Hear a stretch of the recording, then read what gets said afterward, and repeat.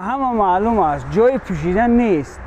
مقامات مناسبت علاهیده با فرزندان منصبدار یا اینکه پولدار دارند و مناسبتی دیگر با منصبداری با فرزندان مردمی عادی یعنی الهی رعیت گویم. اگر اولا که فکر نبکنن که فرزند منصبدار به مقامات پلیس بیفتد، برای آن که نمیافتد و میشناسند. برای همین اگر هم ممکن که بازداشت کنن فهمند که آزاد کنن، ممکن همین حالت ها جای داشته باشند.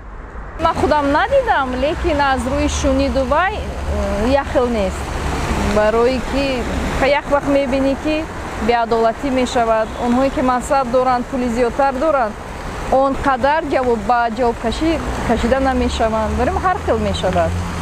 هست در وقتی در آدمایی که بالا با کار میکنن آدمای حق دوست دارن هستند، لیکن بسیار وقت ناحقی بسیارتر. بریم چقدر که آدم منصبی پستر دارد، کاری پستر دارد، نه اونقدر کارهایش برور میگیرد. برای اون که هست که معلوم داد و شخصا اینا بسیارتر من رو در هر یک جمعه قطعا گفتی گپو شما رو پایمال میکنم، خیلی من با اونها جواب میزنم، فکر خود رو بیان میکنم. یکی نفسشون اونو میگه ما میبریم عدل خالی میکنه مخالی میکنه که حالی ما یگان گناه یگان جنایت نکردم. امروز ما در اون زمان قرار نداریم که یعنی مراجعت ما عریضه ما به کسی نرسد، زیرا امروز دادستان ها هم شخصا برای من سوت و پروکراتورا امروز طرز کارگزاری آنها شخصا برای من همچون یک جوان بسیار هم قناعت کننده است، زیرا امروز در دست هر یک شهروندی ما قانون چی به طور الکترونی باشد چی به دیگر دسترس است، میتواند که از قانون خواند استفاده حقوق خود را یعنی حمایت کند.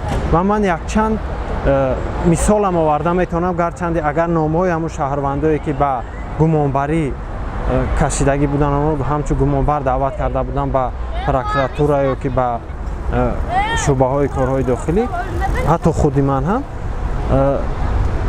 علاقه ما که بیگناه بودیم بیگناهی ما اثبات شد، گرچند که ما یگان پسران یگان آدمان منصبدار نبودیم، به قول تقه میگن امروز یگان تقه نداشتیم، ولی عدالت که بود عدالت. Ну, полиция, суды и чиновники всем по-разному обращаются. پلیس و دادستانی با همه یک خیل رفتار ندارند.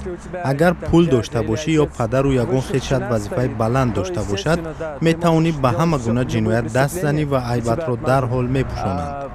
اما اگر با منصبداران علاقمندی نداشته باشی، مناسبت پلیس هم دیگر می شود و گناه‌های سخت را به سرت بار میکنند. Тебя будут, ну, строго будут тебя судить.